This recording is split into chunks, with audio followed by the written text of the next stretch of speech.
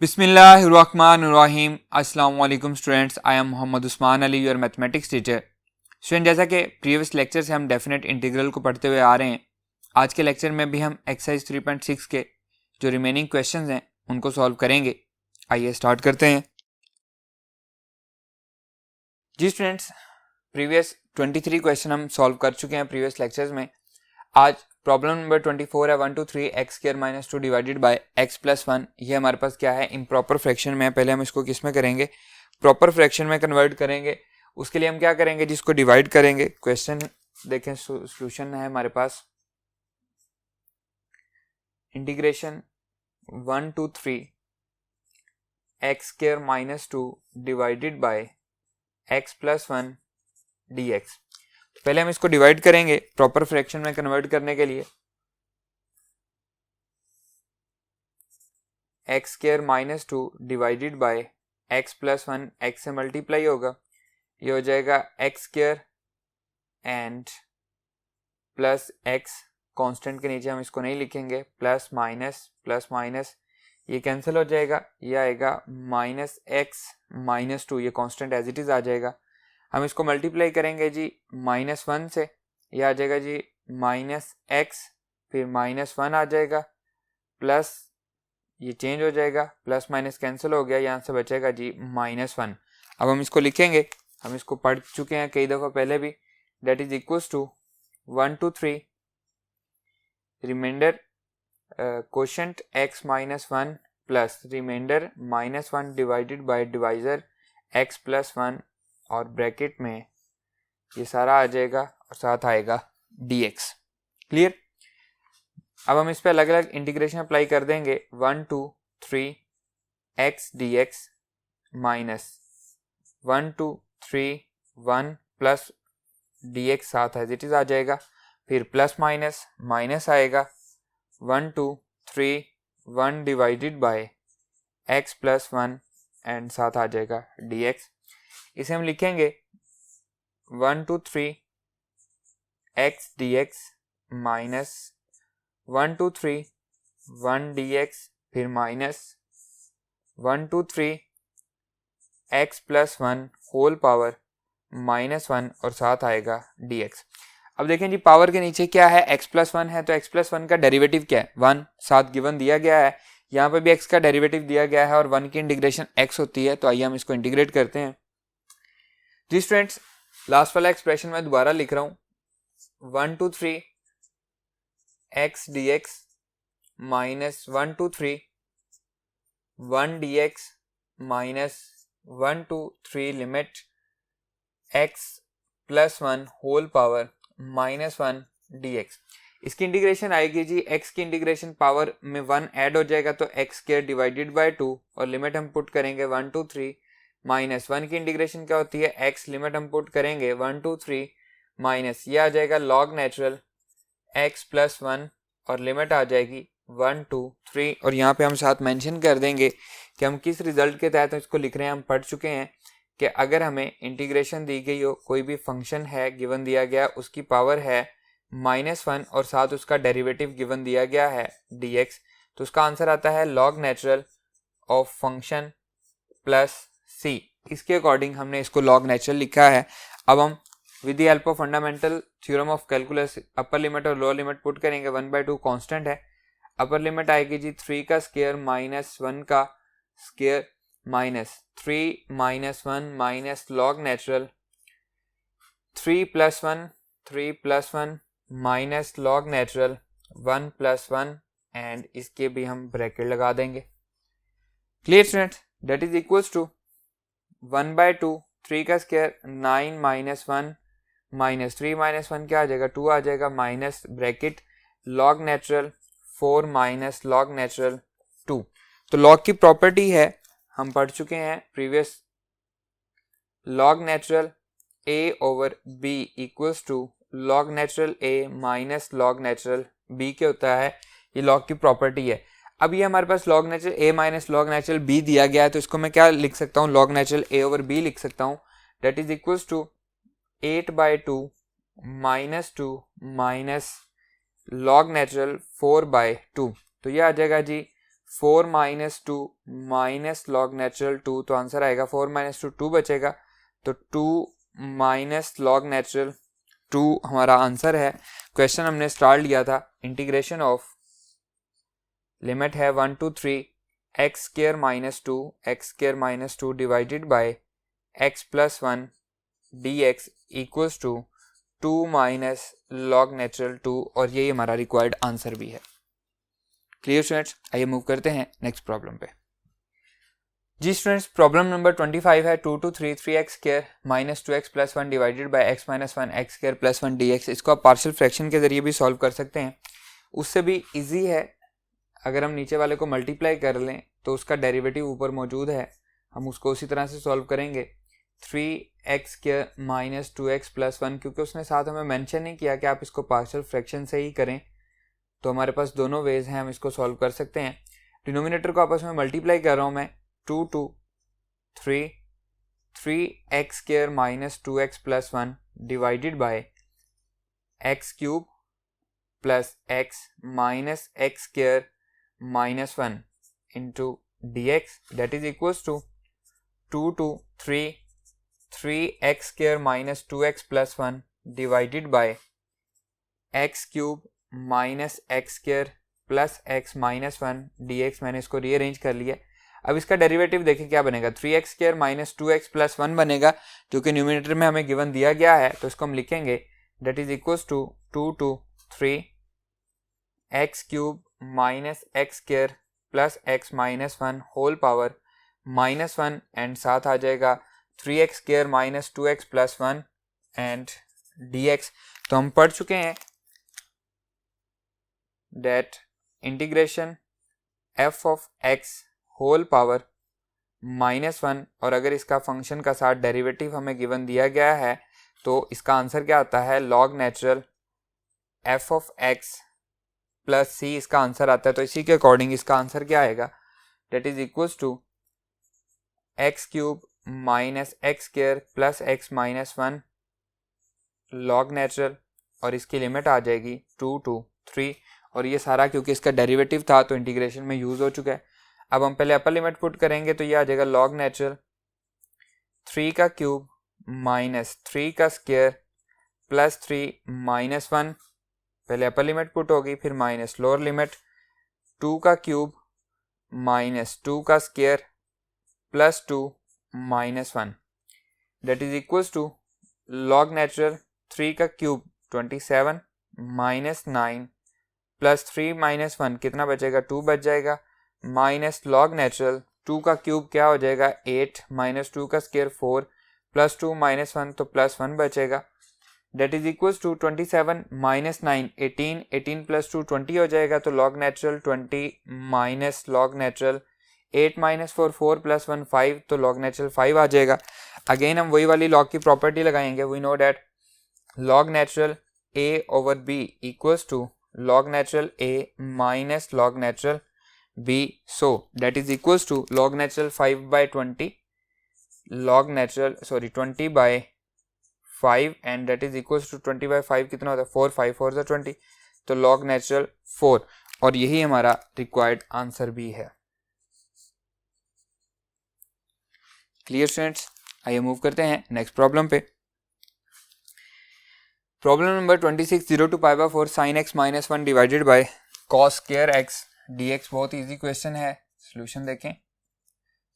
0 to π/4 sin x minus 1 divided by cos square x dx, इसको मैं दोनों के साथ अलग अलग डिवाइड कर देता हूँ।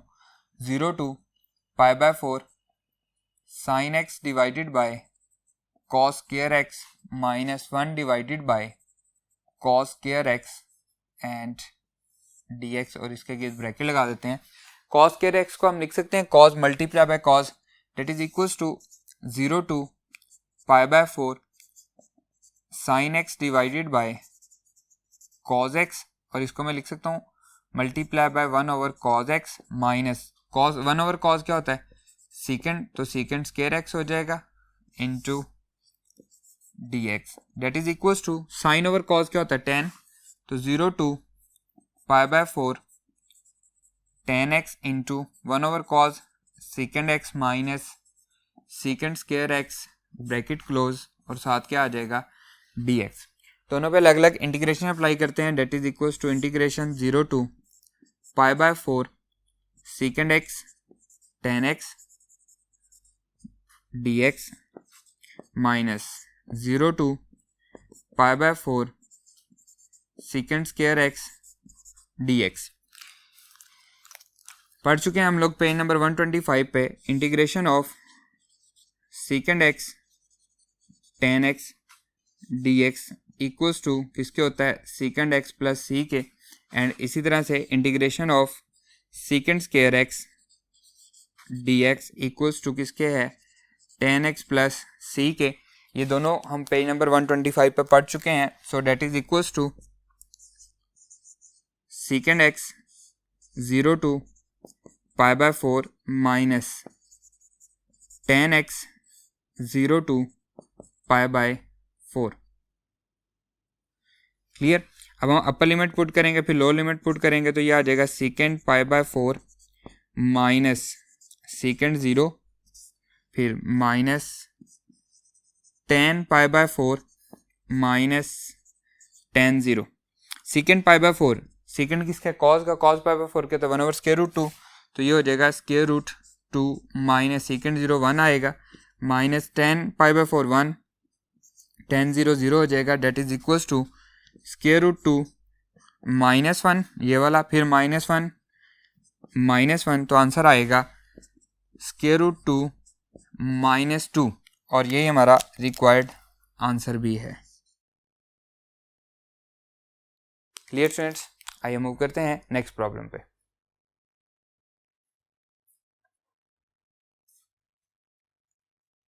जी स्टूडेंट्स, नेक्स्ट है प्रॉब्लम नंबर 28। प्रॉब्लम नंबर 27 आपके लिए होमवर्क है, उसको जस्ट आपने रैशनलाइज करना है। जब आप उसको रैशनलाइज करेंगे तो वो same to same question number 26 की तरह से बन जाएगा। क्वेश्चन नंबर 26 का आंसर आ रहा था √2 -2 और इसका आंसर आएगा 2 - √2। सेम टू सेम वही क्वेश्चन है। 28 देखें 0 to 1 3x divided by 4 - 3x। तो हम कोशिश करते हैं कि इसको 4 - 3x बनाते हैं। Solution 0 to 1 3x divided by 4 - 3x square root. पहले हम इसको -3x बनाएंगे तो -1 से मल्टीप्लाई और डिवाइड करेंगे। -1 0 to 1 -3x divided by 4 - 3x सारे का स्क्वायर रूट और साथ क्या आ जाएगा dx। -1 से मल्टीप्लाई कर दिया और -1 से डिवाइड कर दिया। एक्चुअली हमने दोनों को मल्टीप्लाई किया, इन दोनों को मल्टीप्लाई करेंगे तो वही बात रहेगी। तो ये आ जाएगा -1 0 to 1। अब हम 4 ऐड कर रहे हैं, 4 - 3x ऐड किया है तो माइनस भी करेंगे डिवाइडेड बाय 4 - 3x सारे का स्क्वायर रूट और साथ क्या आ जाएगा dx आ जाएगा। इसे मैं लिख सकता हूँ -0 to 1 4 - 3x डिवाइडेड बाय, अलग अलग डिवाइड कर रहा हूँ, 4 - 3x सारे का square root -4 divided by 4 - 3x सारे का स्क्वायर रूट और यहाँ पे हम लगा देंगे ब्रैकेट और साथ क्या आ जाएगा dx। क्लियर। इसे हम सिंप्लीफाई भी करते हैं और इंटीग्रेशन भी दोनों के साथ अप्लाई करते हैं। आइए, that is equals to -0 to 1 4 - 3x whole power 1 - 1/2 और साथ क्या आ जाएगा dx। माइनस प्लस हो जाएगा 0 to 1 4 कांस्टेंट है बाहर आ जाएगा। 4 - 3x होल पावर क्या हो जाएगी -1/2 और साथ आएगा dx। Clear. That is equals to, अगर इसके माइनस खत्म करना चाहूँ मैं तो इसकी लिमिट को मैं चेंज कर दूंगा 1 to 0 4 - 3x whole power 1/2 dx plus 4 0 to 1 4 - 3x whole power -1/2 dx। Power के नीचे जो कुछ है उसका डेरिवेटिव क्या है -3 है। सेम इस तरह से तो -3 से मल्टीप्लाई भी करेंगे डिवाइड भी करेंगे और यहाँ पे हम लिखेंगे कि हम पढ़ चुके हैं कि a to b f of x dx is equals to -b to a f of x dx। तो नेगेटिव, अगर हम इसकी लिमिट चेंज करते हैं तो नेगेटिव का साइन आता है। तो देखिए मैंने यहाँ पे लिमिट चेंज की तो नेगेटिव का जो साइन आया उसने नेगेटिव नेगेटिव को पॉजिटिव कर दिया। अब मैं इसको 3 से मल्टीप्लाई और 3 से डिवाइड कर रहा हूँ, लेकिन एक्चुअली मैं इसको -3 से मल्टीप्लाई और -3 से डिवाइड करूँगा। 1/-3 1 to 0 4 - 3x पावर 1/2 -3 इसका डेरिवेटिव बन गया dx plus 4 divided by -3 0 to 1 4 - 3x whole power -1/2 into -3 and dx। Clear? That is equals to -1/3 1 to 0 4 - 3x whole power 1/2 -3 dx minus 4/3 0 to 1 4 - 3x whole power -1/2 -3 into dx। अब हम इसका integration लेते हैं। That is equals to -1/3 as it is 4 - 3x power में 1 add हो जाएगा तो ये बन जाएगा 3/2 डिवाइडेड बाय 3/2 और लिमिट आ जाएगी 1 to 0 -4/3 0 to 1 सॉरी ये आ जाएगी जी 4 - 3x पावर में 1 ऐड होगा तो बचेगी 1/2 डिवाइडेड बाय 1/2 और लिमिट आ जाएगी 0 to 1। Clear? That is equals to -1/3 multiply by 2/3 ये डिनोमिनेटर में जो है वो उधर चला जाएगा, मल्टीप्लाई हो जाएगा 4 - 3x होल पावर 3/2 और लिमिट आ जाएगी 1 to 0 -4/3 multiply by 2/1 4 - 3x whole power 1/2 और लिमिट आएगी 0 to 1। अब हम इसको सिंप्लीफाई करते हैं।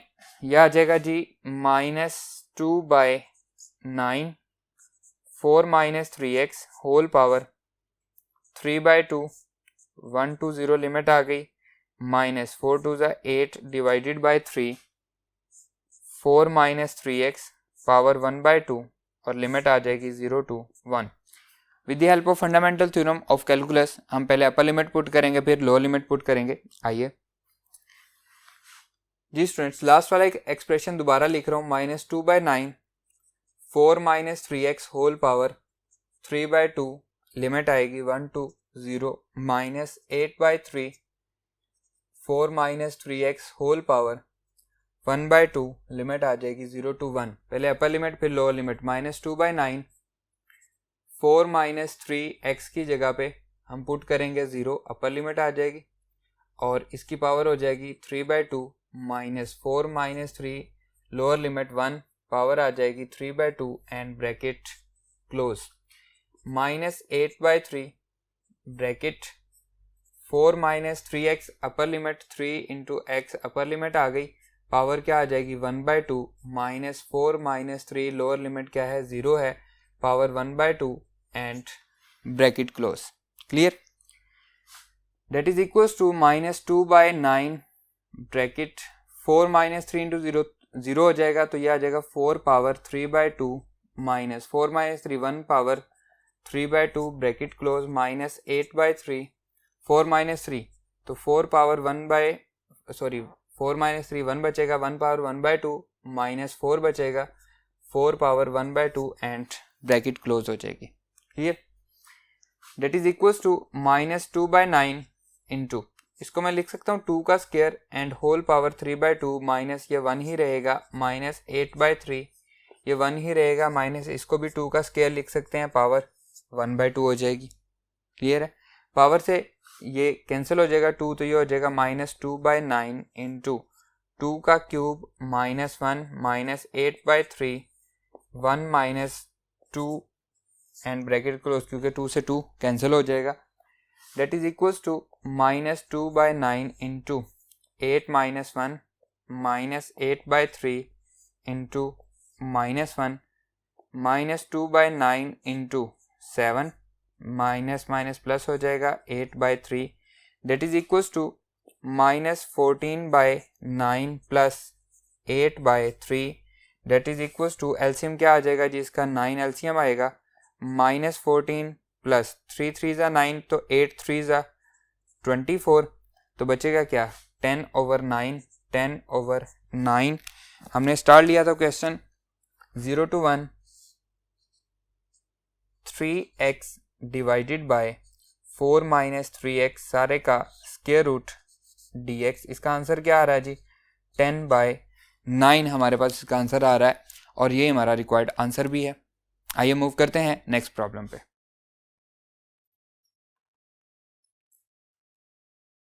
जी students, problem number 30, problem number 29 आपके लिए होमवर्क है। सेम इसी तरह से है जैसे हम प्रॉब्लम नंबर 20 करेंगे।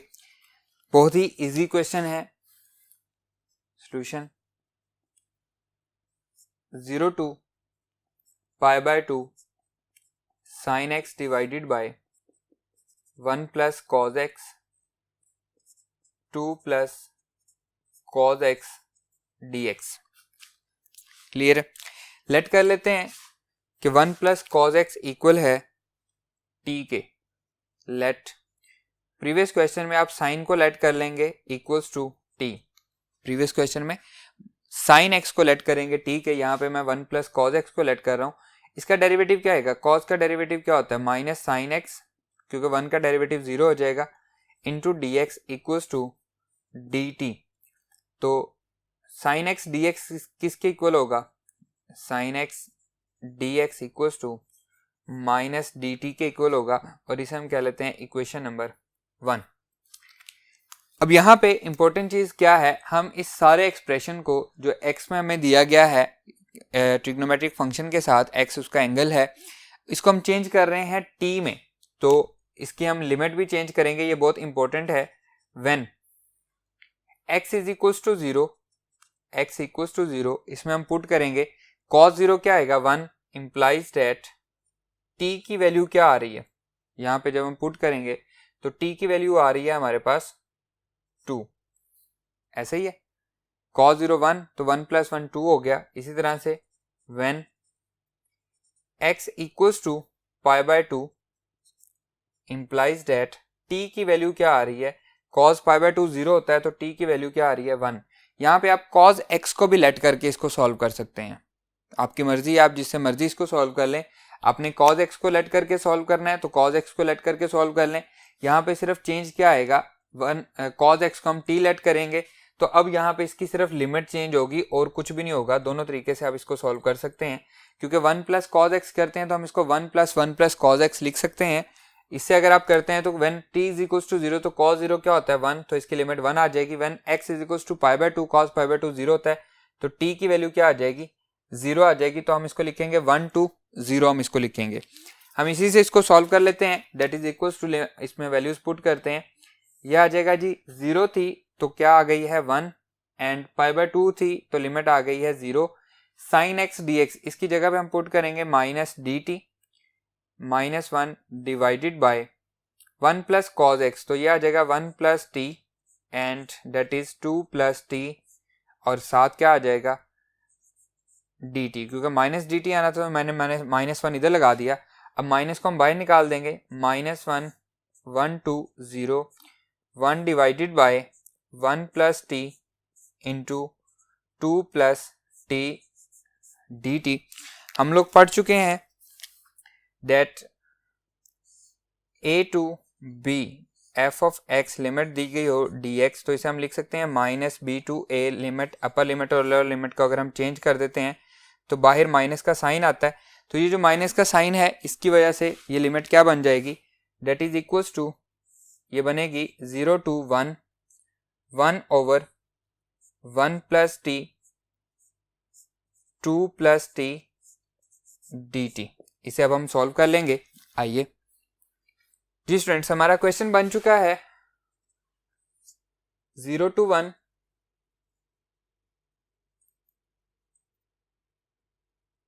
1 over 1 plus t 2 plus t dt, और इसे हम with the help of partial fraction solve करेंगे।